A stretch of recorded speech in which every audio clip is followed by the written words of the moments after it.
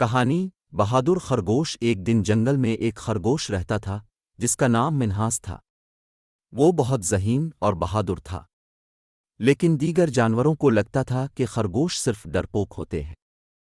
جنگل کے قریب ایک پہاڑ تھا جہاں ایک زبردست شیر رہتا تھا۔ وہ شیر ہر روز کسی نہ کسی جانور کو تنگ کرتا اور ڈراتا تھا۔ ایک دن شیر نے اعلان کیا، کل میں جنگل کے سب جانوروں کا سردار بنوں گا۔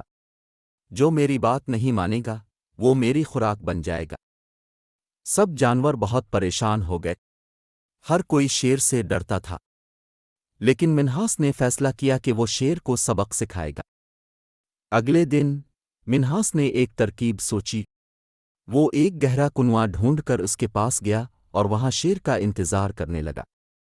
جب شیر آیا تو منہاس نے کہا، اے جنگل کے بادشاہ، ایک اور شیر آیا ہے جو کہہ رہا ہے کہ وہ تم سے زیادہ طاقتور ہے۔